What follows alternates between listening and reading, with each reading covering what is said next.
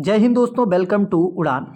Dear friends, आज मैं आपके लिए आरपीएफ कांस्टेबल के लिए बहुत ही ज़बरदस्त क्लास लेकर आया हूं, जो कि पूरी तरीके से आपके आरपीएफ कांस्टेबल में आपका 15 नंबर पक्का होने वाला है। जी बिल्कुल, आपने ज़रूर सुना और बहुत ज़बरदस्त तरीके से कि 15 नंबर आपका पक्का होने वाला है। और करंट अफेयर्स में बता दूं मेरे दोस्त कि जो ये क्लास तैयार की गई है, पांच पेपरों को आधार मान के तैयार किया गया है। आपके आरपीएफ एसआई का अभी जल्द में ही पेपर हुआ है, यानी आरपीएफ एसआई के पेपर, साथ ही में आपके एएलपी के पेपर, एएलपी के बाद आपके आरआरबी जेई का पेपर, यानी आरआरबी जेई का जो प्री हुआ था अभी, ठीक है, तो आरआरबी जेई का पेपर, और आरआरबी जेई के बाद टेक्नीशियन का पेपर, यानी 4 पेपर को आधार बनाकर ये तैयार किया गया है मेरे दोस्त। और इन चारों, यानी आप चारों के पेपर अगर देखना चाहते हैं कि कैसे आए थे, तो हमारे टेलीग्राम ग्रुप से जुड़ सकते हैं उड़ान सफलता की ओर से। मेरे दोस्त यहाँ देखिए, आप सीधे प्रश्न लिए भी गए हैं, ये आरपीएफ एसआई में प्रश्न आया हुआ है, तो विथ प्रूफ कैसे प्रश्न आते हैं वही। और मैं बता दूं, आरआरबी जेई का और आरपीएफ एसआई का सेम क्वेश्चंस रिपीट हुए हैं, क्योंकि आरआरबी जेई का पेपर बाद में हुआ था। तो बिल्कुल रिपीट होते हैं प्रश्न, और 100% आपके रिपीट होंगे, ये जान लीजिए। चलिए शुरू करते हैं सबसे पहले प्रश्न को। सबसे पहला प्रश्न है कि संप्रीति सैन्याभ्यास का 11वां संस्करण कहां आयोजित किया गया। दोस्त 30 मिनट की क्लास होगी यार, आप 4-4 5-5 घंटे के मैराथन बहुत देख चुके हैं। एक बार मेरे कहने से ये 30 मिनट की क्लास पूरी देख लीजिएगा, 100% आपका देखिएगा सारे टॉपिक को कवर कराया गया है। चलिए, तो क्या पूछा गया कि संप्रीति सैन्य अभ्यास का 11वां संस्करण कहां आयोजित किया गया है मेरे दोस्त।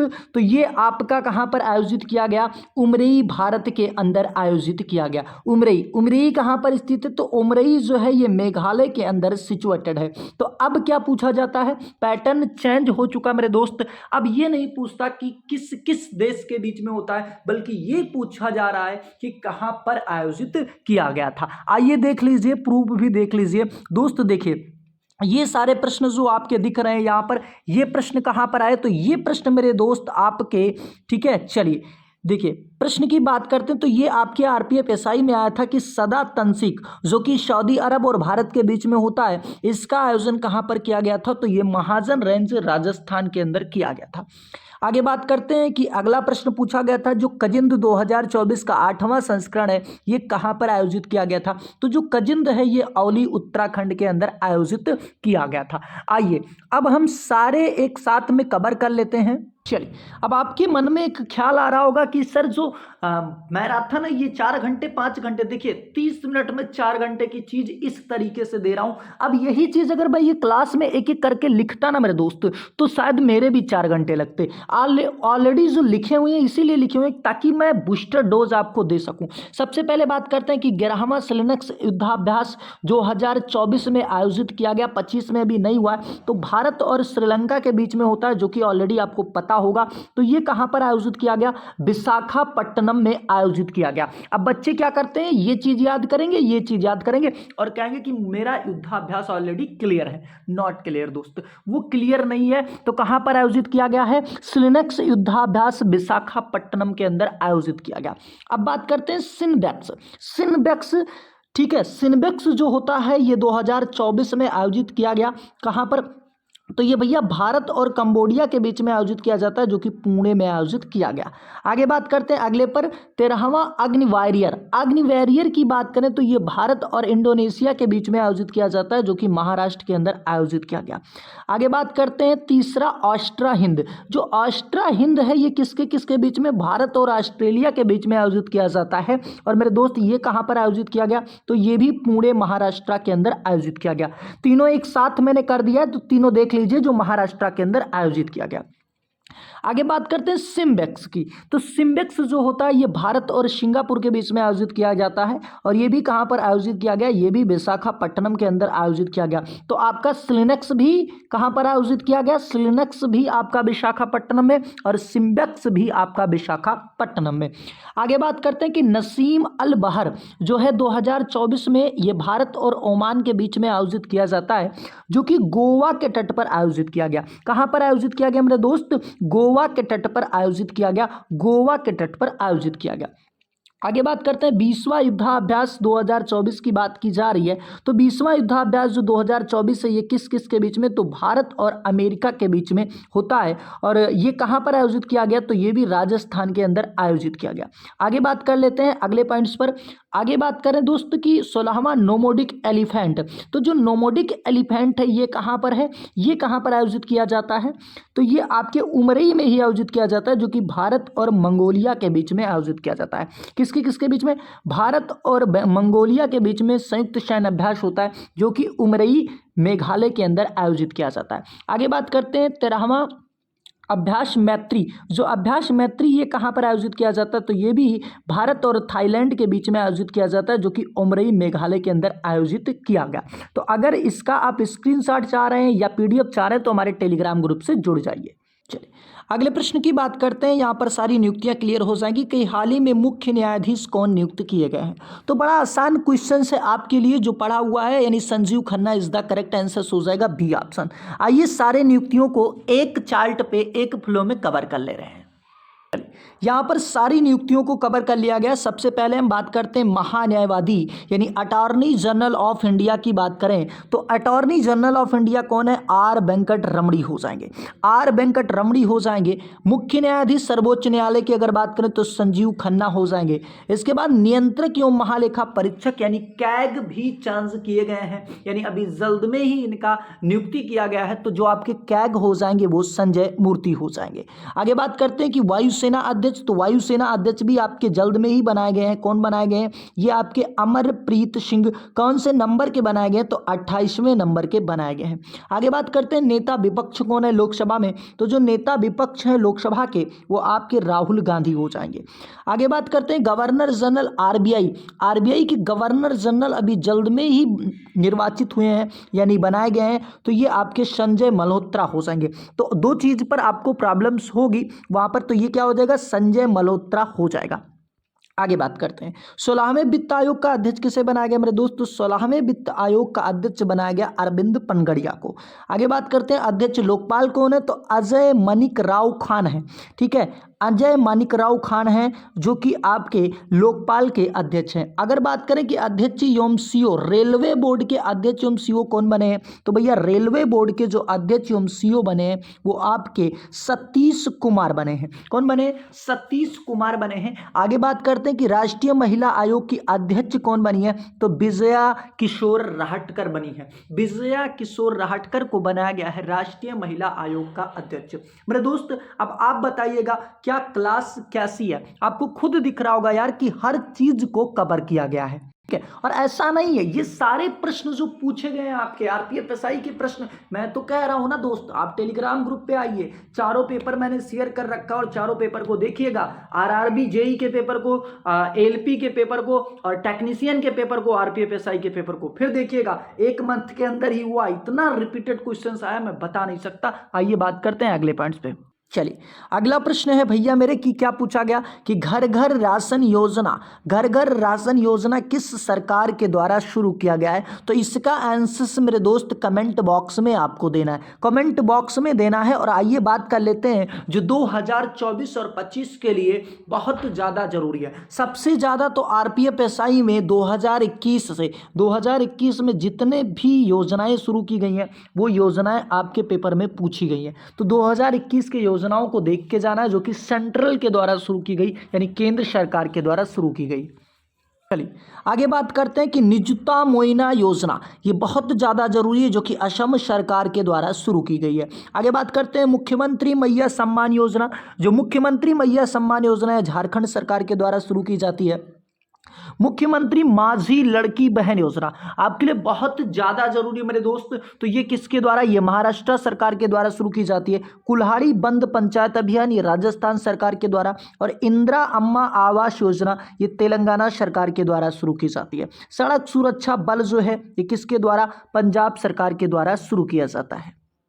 चलिए अगले प्रश्न की बात करते हैं। अगला प्रश्न है कि 2 स्वर्ण पदक जीतने वाली पहली भारतीय महिला पैरा ओलंपियन कौन बनी है। पैरा ओलंपियन का मतलब होता है जो पैरालिसिस वाले होते हैं वो खेलते हैं। तो पैरा ओलंपियन कौन बन गई है, B option is the correct answer हो जाएगा, यानी अवनी लखेरा हो जाएगा। आइए बात कर लेते हैं और भी स्पोर्ट्स के बारे में। सबसे पहले हम लॉन टेनिस के बारे में बात कर लेते हैं। सबसे पहले ऑस्ट्रेलिया ओपन के बारे में बात करते हैं। मेरे दोस्त कैसे याद करना, ये ट्रिक मैं बता रहा हूं, बहुत ज्यादा जरूरी है। देखो सबसे पहले ऑस्ट्रेलिया ओपन यानी यहां पर आ गया।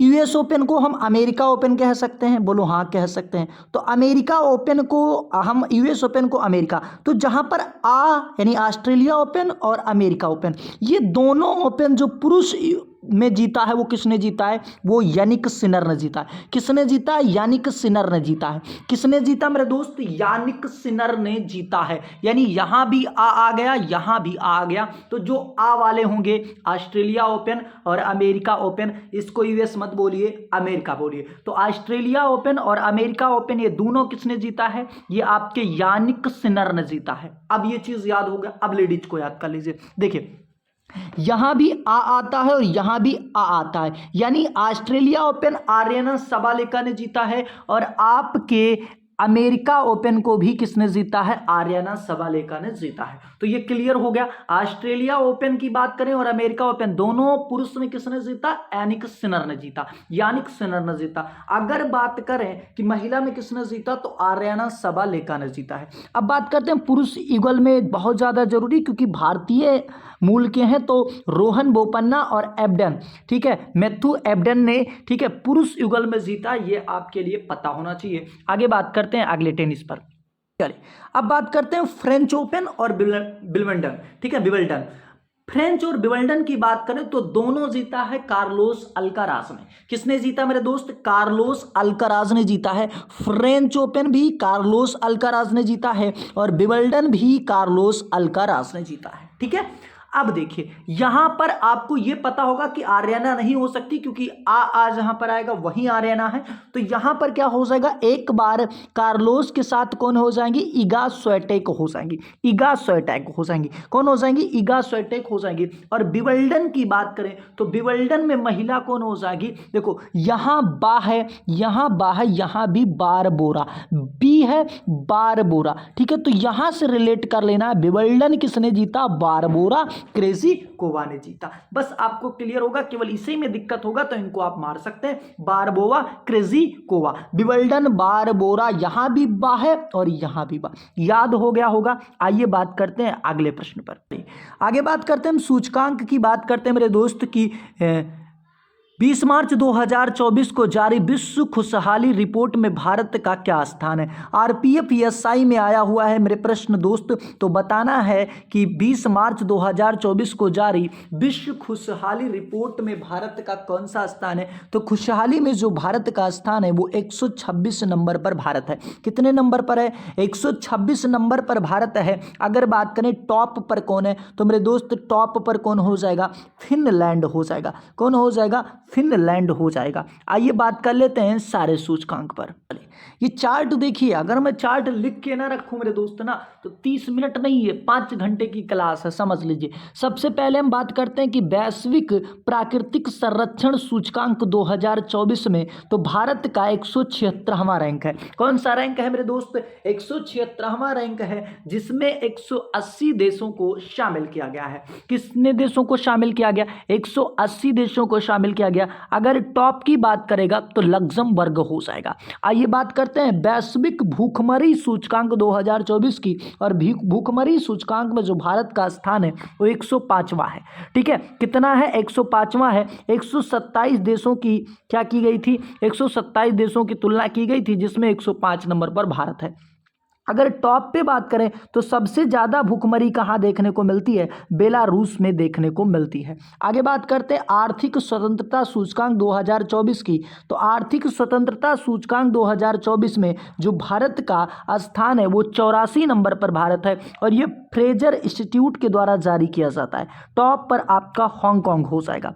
आगे बात करते हैं मेरे दोस्त हेनले, ये हेनते नहीं होगा, हेनले होगा। और हेनले पासपोर्ट इंडेक्स 2024 में अगर भारत के स्थान की बात करें तो थोड़ा सा इसमें दिक्कत है, आपको कमेंट बॉक्स में इसको सही करके बताना है, ठीक है।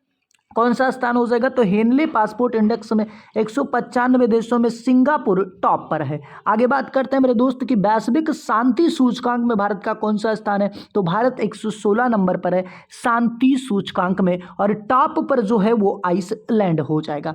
एशिया पावर इंडेक्स में भारत का कौन सा स्थान है, तो एशिया पावर इंडेक्स में भारत का 2024 में तीसरा स्थान था।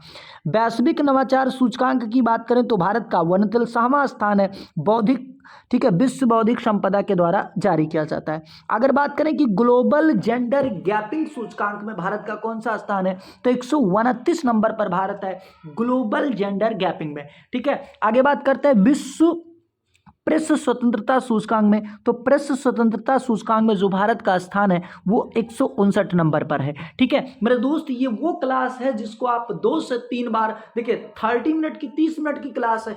अगर आप पेपर देने जा रहे हैं उससे एक दिन पहले आप 2 से 3 बार देख लीजिए, 1.5 घंटे में 4 बार रिवीजन करोगे ना, एक एक पॉइंट्स आपको रट जाएगा, ठीक है। चलिए दोस्त आगे बात करते हैं अगले प्रश्न पर। अब हम सारी पुस्तकों को कवर करने वाले हैं जो कि आपके आरपीएफ, एसआई, आरआरबी, जेईई और एलपी में आए हुए हैं। सबसे पहले बात करते हैं कि why Bharat matters. Why Bharat matters किसकी पुस्तक है, तो ये आपकी एस जयशंकर की हो जाएगी, यानी डॉक्टर एस जयशंकर की।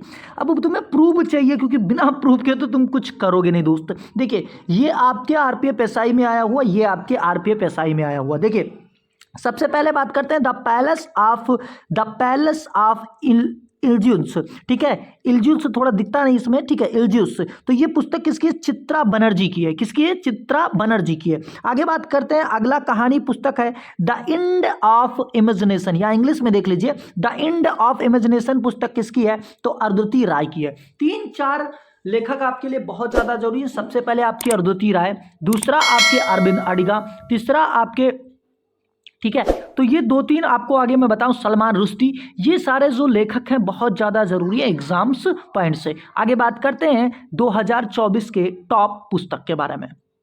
अब इन पुस्तकों को आपको करके ही जाना है। सबसे पहले हम बात करें विटनेस, तो जो विटनेस पुस्तक है ये साक्षी मलिक की पुस्तक है। अगले क्वेश्चंस की बात करें कि अगला जो पुस्तक है आई हैव ये स्ट्रीट ए कुट्टी क्रिकेट स्टोरी, तो ये कुट्टी क्रिकेट स्टोरी किसकी हो जाएगी, रविंद्र चंद्र अश्विन की हो जाएगी। आगे बात करते हैं द बिनर्स माइंडसेट पुस्तक किसकी है, तो जो द बिनर्स माइंडसेट है ये सेन वाटसन की हो जाएगी। और the idea of democracy most important है, 4 स्टार आप लगा लीजिए। द आइडिया ऑफ जो डेमोक्रेसी है ये किसकी पुस्तक हो जाएगी, सेम पित्रोदा की पुस्तक हो जाएगी। किसकी हो जाएगी, सेम पित्रोदा की पुस्तक हो जाएगी। मोस्ट इंपॉर्टेंट हो जाएगी। आगे बात करते हैं 4 stars of destiny. 4 stars of destiny की बात करें तो जो 4 स्टार्स ऑफ डेस्टिनी है ये किसकी हो जाएगी, मनोज मुकुंद नरवाणे की हो जाएगी। और ये भी आपकी परीक्षा की दृष्टि से बहुत ज़्यादा जरूरी है। आगे बात करते हैं द वाइट टाइगर, ये आपके आरपीएफ, एसआई और जेईई दोनों में पूछा गया था। तो द वाइट टाइगर जो पुस्तक हो जाएगी ये अरविंद अडिगा की हो जाएगी। किसकी हो जाएगी मेरे दोस्त, अरविंद अडिगा की हो जाएगी। अब मैं मैथ और रीजनिंग की गारंटी नहीं, लेकिन मैं करंट में आपको जबरदस्त तरीके से बता रहा हूं कि इससे बाहर नहीं आएगा। अगले क्वेश्चंस की बात करें द इनहेरिटेंस ऑफ लॉस, क्या है पुस्तक का नाम, द इनहेरिटेंस ऑफ लॉस। ये किसकी पुस्तक है, किरण देसाई की है। 1 से 2 बार इसको देखिए।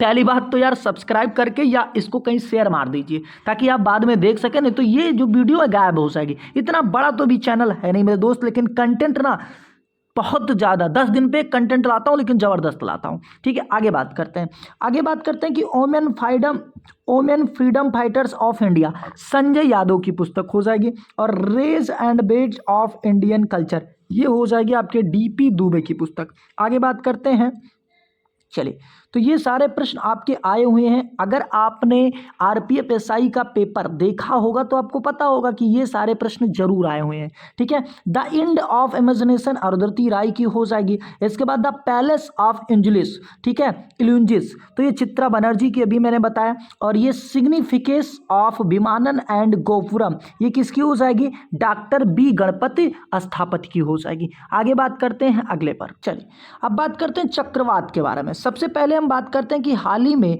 चक्रवात अल्वारो निम्नलिखित में से किस देश से टकराया था। जबरदस्त प्रश्न है कि जो अल्वारो है ये किस देश से टकराया था, और इसका भी आंसर तुम्हें कमेंट बॉक्स में बताना है। और कमेंट बॉक्स में तो तुम्हें जवाब देना नहीं भाई, क्योंकि क्या करोगे, कहीं बड़ा चैनल होगा तो सर से नाम बुलवाने के लिए 5 बार कमेंट करोगे, लेकिन इसको सीरियस तुम नहीं लोगे, और सीरियस नहीं लोगे तो कहीं कहीं सुई काम आ जाती है जहां पर, ठीक है, बड़े बड़े औजार काम नहीं आते, ये चीज याद रखो। ठीक है, आगे बात करते हैं, सारे हम चक्रवात को देख लेते हैं। अब सबसे पहले हम तूफान बात करते हैं। दाना, ये दाना आपके पेपर में आया था, तो ये नामांकन किसके द्वारा किया गया था, ये कतर के द्वारा दाना दिया गया था नाम। रेमल की बात करें तो ये नामांकन ओमान के द्वारा किया गया था। आशना की बात करें तो ये पाकिस्तान के द्वारा किया गया था। और आशानी की बात करें तो श्रीलंका के द्वारा किया गया। और बिपर जॉय जो है ये नाम किसके द्वारा, बांग्लादेश के द्वारा दिया गया। और तेज एक आया था आपका जो भारत के द्वारा नाम दिया गया था। आगे बात करते हैं अगले प्रश्न। अब हम बैठक की बात कर लेते हैं। 2024 में संघाई सहयोग संगठन की 23वीं बैठक का आयोजन स्थल कहाँ था। ठीक है, यानी संघाई सहयोग संगठन की बात करें, ठीक है, 23वीं की बात की जा रही है, तो एक आपकी अजरबैजान में हुई है, उसके लिए आप परेशान नहीं होना, लेकिन ये जो हुआ था ये इस्लामाबाद पाकिस्तान के अंदर किया गया था। ठीक है, आगे बात कर लेते हैं सारे सम्मेलन पे। चलिए अब यहाँ पर सारे मोटे मोटे सम्मेलन को देख लिया गया है। सबसे पहले G7 शिखर सम्मेलन 2024 की बात करें मेरे दोस्त, G7 शिखर सम्मेलन की बात करें तो इसका आयोजन इटली के अंदर किया गया। क्वाड देशों का वार्षिक नेतृत्व शिखर सम्मेलन जो है ये कहां पर आयोजित किया गया, अमेरिका के अंदर आयोजित किया गया। और G20 शिखर सम्मेलन 2024 आरपीएफ एसआई और जेई दोनों में आया और एलपी में भी आया, तो इसका आयोजन कहां पर किया गया था, ब्राजील के अंदर किया गया था। आगे बात करते हैं 21वें आसियान भारत शिखर सम्मेलन, इसका आयोजन लाओस के अंदर किया गया। ब्रिक्स के 16वें संस्करण का आयोजन कहां पर किया गया, तो ये रूस के अंदर किया गया था। नेम यानी गुट निरपेक्ष आंदोलन शिखर सम्मेलन का जो आयोजन है ये युगांडा के अंदर किया गया। और यूनेस्को, ठीक है, 46वीं जो बैठक हुई है यूनेस्को की, इसका आयोजन भारत के अंदर किया गया। आगे बात करते हैं अगले पॉइंट्स पर। चलिए अगले पॉइंट्स पर बात करते हैं कि करीमगंज जिला किस राज्य में स्थित है, जिसका नाम बदलकर श्रीभूमि किया गया है। तो जो ये करीमगंज जिला है ये कहाँ पर स्थित है, इसका अभी हाल ही में नाम परिवर्तित करके श्रीभूमि कर दिया गया, ये असम के अंदर स्थित है। चलिए आइए जितने भी नाम परिवर्तित किए गए उनको सभी को हम देख लेते हैं। चलिए सबसे पहले हम बात करते हैं कि अंडमान निकोबार की राजधानी जो पोर्ट ब्लेयर थी, इसका नाम चेंज करके अभी श्री विजयपुरम कर दिया गया है। क्या कर दिया गया मेरे दोस्त, जो अंडमान निकोबार की राजधानी पोर्ट ब्लेयर थी इसका नाम परिवर्तित करके श्री विजयपुरम कर दिया गया है। आगे बात करते हैं कि ध्यानचंद लाइफ टाइम अचीवमेंट पुरस्कार का नाम चेंज करके अर्जुन लाइफ टाइम पुरस्कार कर दिया गया है। आगे बात करते हैं कि पुणे जो एयरपोर्ट था इसका नाम चेंज करके जगत गुरु संत तुकाराम महाराज इंटरनेशनल हवाई अड्डा कर दिया गया है। इसके बाद जो पुराना संसद भवन था इसका नाम चेंज करके अब संविधान सदन कर दिया गया है।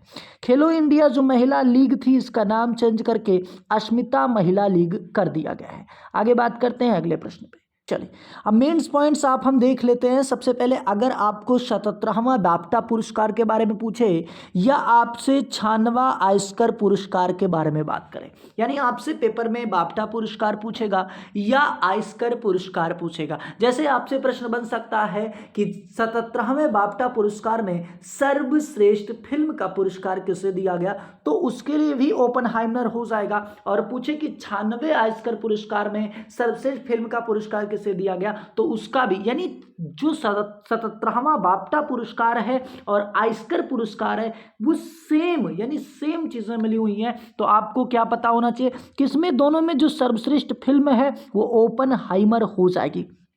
ठीक है। अगर बात करें कि सर्वश्रेष्ठ जो निर्देशक इसके हो जाएंगे वो भी ओपेनहाइमर के ही हैं, जिनको कहते हैं क्रिस्टोफर नोलन हो जाएंगे, जो कि ओपेनहाइमर के हैं। अगर बात करें कि सर्वश्रेष्ठ अभिनेता कौन हो जाएंगे, तो किलियन मर्फी हो जाएंगे, जो कि ओपेनहाइमर में सर्वश्रेष्ठ अभिनेता है, यानी उसके ही अभिनेता है। आगे बात करते हैं कि सर्वश्रेष्ठ अभिनेत्री, तो अभिनेत्री के लिए दूसरी फिल्म को मिला है, जो कि एमा स्टोन को मिला है। आगे बात करते हैं अगले क्वेश्चन पे। चलिए दोस्त, आगे बात करते हैं एबल पुरस्कार के बारे में। ठीक है, तो अगला प्रश्न है कि निम्न में से किसे 2024 के लिए प्रतिष्ठित एबल पुरस्कार से सम्मानित किया गया है। तो 2024 का जो एबल पुरस्कार दिया गया, ये किसे दिया गया है, तो ये B option is the correct answer हो जाएगा, यानी मिशेल टेला ग्रेडा को मिला है। ठीक है, मिशेल टेला ग्रेड को मिला हुआ है। अगर 2023 की बात करें कि 2023 का किसे मिला था, तो ये आपके लुइस कुफरेली को मिला था। ठीक है, लुइस कुफरेली को। तो इसका आंसर क्या हो जाएगा, इसका आंसर हो जाएगा B option is the correct answer. आगे बात करते हैं और भी पुरस्कार के बारे में। चलिए, अब देखिए यहाँ पर सारे क्वेश्चंस यानी सारे पुरस्कार को एक साथ में कवर कर लिया गया। आपकी नियुक्ति ऑलरेडी हो चुकी है, आपके सारे पुस्तक हो चुके हैं, आपके सारे सूचकांक हो चुके हैं। ठीक है, तो बहुत अच्छे तरीके से सारी चीज़ों को कवर किया गया है। सबसे पहले हम बात करते हैं लता मंगेशकर पुरस्कार 2024 की, तो इसे किसे दिया गया, ये सुरेश वाडकर को दिया गया है। आगे बात करते हैं ज्ञानपीठ पुरस्कार 2023 की 24 वाला अभी नहीं दिया गया, तो ये गुलजार और जगत गुरु भद्राचार्य को दिया गया था। आगे बात करते हैं सरस्वती सम्मान 2024 की 33वां सम्मान था, ये सूर्यबाला को दिया गया है। दादा साहेब फाल्के पुरस्कार 2023 जो है ये 54वां था, और किसको दिया गया, ये मिथुन चक्रवर्ती को दिया गया 2024 में। एबल पुरस्कार ऑलरेडी आपको पता हुआ है। ठीक है, प्रित्जकर पुरस्कार 2024 की बात करें तो ये किसको दिया गया है, ये रिकेन यामामोटो को दिया गया है। बिहारी पुरस्कार 2024 की बात करें तो ये माधव हांडा को मिला है, और बुकर पुरस्कार 2024 की बात करें तो शांता हार्वे को मिला है। आगे बात करते हैं कि अंतरराष्ट्रीय बुकर पुरस्कार की बात करें तो दो लोगों को दिया गया है, एक आपके जेनी एर्पनबैक को और दूसरे आपके माइकल हाफमैन को दिया गया है। आगे बात करते हैं कि मिस वर्ल्ड 2024, तो ये मिस वर्ल्ड 2024 जो थी वो कौन थी, क्रिस्टीना, ठीक है, क्रिस्टीना पिस्कोवा थी, जो कि कहाँ की हैं, चेक गणराज्य की हो जाएंगी। आगे बात करते हैं साहित्य अकादमी पुरस्कार 2024 जो हिंदी के लिए दिया गया, ये गगन गिल को दिया गया है। आइए नोबेल पुरस्कार 2024 के बारे में जान लेते हैं। सबसे पहले हम भौतिकी के नोबेल पुरस्कार की बात करेंगे, और भौतिकी के पुरस्कार के लिए आपको याद करना है, ठीक है, हॉपफील्ड और हिटन को दिया गया है, यानी जॉन हॉपफील्ड और हिटन को दिया गया है। आगे बात करते हैं रसायन का 3 लोगों को दिया गया है, बेकर, हसाबिस और जम्पर को। किसको, बेकर, हसाबिस और जम्पर को दिया गया है। आगे बात करते हैं, ट्रिक के लिए याद कर सकते हो और बहुत अच्छा रहेगा। आगे बात करते हैं कि चिकित्सा का तो किसको दिया गया, विक्टर एम्ब्रोस को दिया गया है, और री रवकुन को दिया गया है, जो कि अमेरिका के हैं। आगे बात करते हैं अगले क्वेश्चन पे। चलिए, अगला प्रश्न आपकी स्क्रीन पर आ चुका कि 38वां राष्ट्रीय खेल का आयोजन किस राज्य में किया जाएगा। ठीक है, तो ऑलरेडी 38वां राष्ट्रीय खेल जो है ये समाप्ति की तरफ बढ़ चुका है, और ये कहाँ पर आयोजित किया गया था, ये उत्तराखंड के अंदर किया गया था, और यहाँ से प्रश्न बनने के बहुत कम ही चांस हैं। तो 37वें राष्ट्रीय खेल को आपको टारगेट में लेके चलना है। आगे बात करते हैं, चलिए दोस्त, यहाँ हम बात कर लेते हैं सबसे पहले खेलो इंडिया यूथ गेम्स 2024 की। बहुत ज़बरदस्त सारी चीज़ों को क्लियर कर लिया गया है। तो खेलो इंडिया यूथ गेम्स की बात करें, इसका आयोजन कहाँ पर किया गया मेरे दोस्त, तमिलनाडु के अंदर इसका आयोजन किया गया। अगर बात करें कि खेलो इंडिया यूथ गेम्स का शुभंकर क्या था, तो शुभंकर जो था वो वीर मगई था। क्या था, वीर मगई था। अगर बात करें कि प्रथम स्थान पर कौन सा था, तो प्रथम स्थान पर जो था वो महाराष्ट्र था। और नया खेल कौन सा शामिल किया गया, ये आपको कमेंट बॉक्स में बताना है। ठीक है, तो ये तो हो गई आपके खेलो इंडिया यूथ गेम्स की। 4 घंटा ये भी क्लास होता अगर इन सारे पॉइंट को मैं क्लास में लिखता। ठीक है, आगे बात करते हैं। अब बात करते हैं आपके चौथे खेलो इंडिया यूनिवर्सिटी गेम्स की बात की जा रही है। तो इसका जो आयोजन किया गया था ये असम के अंदर किया गया, असम के अंदर गुवाहाटी के अंदर किया गया। इसका जो शुभंकर था वो तितली था, यानी अष्टलक्ष्मी बटरफ्लाई था। आगे बात करते हैं जो इसमें प्रथम स्थान था, स्थान कौन था, तो चंडीगढ़ यूनिवर्सिटी था। आगे बात करते हैं अगले पॉइंट्स पर। चलिए, अब बात करते हैं 37वें राष्ट्रीय खेल 2023 की। तो इसका आयोजन कहाँ पर किया गया था, गोवा के अंदर आयोजित किया गया था। इसका जो शुभांकर था मेरे दोस्त वो मोगा था, और अगर प्रथम स्थान की बात करें तो ये महाराष्ट्र हो जाएगा। तो यहाँ भी महाराष्ट्र, यहाँ भी महाराष्ट्र, बस केवल ये चंडीगढ़ यूनिवर्सिटी वाले मामला में गड़बड़ा हो गया। ठीक है, चलिए आगे बात करते हैं। ये आरपीएफ एसआई में पूछा गया तो त्योहार की बात करते हैं कि आदिवासी त्योहार भागता परवा, ये भागता परवा कहाँ पर मनाया जाता है ये आप कमेंट बॉक्स में बता दीजिएगा। आगे बात कर लेते हैं। अब यहाँ से कुछ बात कर लेते हैं, क्योंकि मेघालय और मणिपुर और कर्नाटक 3 जगह से पूछे गए थे आपके आरपीएफ एसआई में, तो यहाँ पर मैंने ले लिया, ये कमेंट बॉक्स आप स्क्रीनशॉट ले सकते हैं। चलिए अगले प्रश्न की बात करते हैं कि सभी आवारा कुत्तों की नसबंदी करने वाला देश में से कौन सा है। ठीक है, कौन सा देश बन चुका, तो भैया भूटान ने सभी आवारा कुत्तों का क्या कर दिया मेरे दोस्त, जबरदस्त तरीके से नसबंदी कर दिया है। यहाँ बहुत अच्छे तरीके से इस पॉइंट को देखिएगा, यहाँ से हर शिफ्ट में प्रश्न आपके आरपीएफ एसआई में बना है। सबसे पहले हम बात करें कि सेमी कंडक्टर नीति लागू करने वाला जो पहला राज्य बन चुका है वो गुजरात बन चुका है। कुष्ठ रोग, ये आरपीएफ एसआई में डायरेक्ट आपका आया था, तो कुष्ठ रोग को खत्म करने वाला जो पहला देश बन गया वो जॉर्डन बन चुका है। और 3 क्रिमिनल कानून पूरी तरह से लागू करने वाला जो पहला राज्य बना वो चंडीगढ़ हो जाएगा। आगे बात करते हैं कि अंतरिक्ष में पहुंचने वाले पहले भारतीय अंतरिक्ष पर्यटक कौन बन चुके हैं, तो ये आपके गोपी थोटकुरा हो जाएंगे। आगे बात करते हैं अगले प्रश्न पर कि पहला साहित्यिक शहर कौन बना है, तो कोझिकोड केरला हो जाएगा। बीएसएफ की पहली महिला स्नाइपर जो कि आपकी रिपीटेड हुआ, यानी आरआरबी जेई में भी आया, एलपी में भी आया, और साथ में यार 1 महीना के अंदर 3 पेपर और तीनों में आया है, तो बहुत ज़्यादा जरूरी है, सुमन कुमारी हो जाएगी। गर्भपात को संवैधानिक अधिकार का दर्जा देने वाला जो पहला देश बना है वो फ्रांस है। यानी फ्रांस का कहना है कि अगर आप गर्भपात कराना चाहते हैं तो करा सकते हैं। ठीक है, आगे बात करते हैं कि दुनिया की पहली 3D जो प्रिंटेड मस्जिद का अनावरण किया गया है, ये कहाँ पर किया गया है, सऊदी अरब के अंदर किया गया है। आगे बात करते हैं कि भारतीय सेना की पहली महिला सूबेदार कौन है, तो प्रीति रंजक है। और भारत का पहला गर्ल्स सैनिक स्कूल का शुरुआत कहाँ पर किया गया, मथुरा के अंदर किया गया।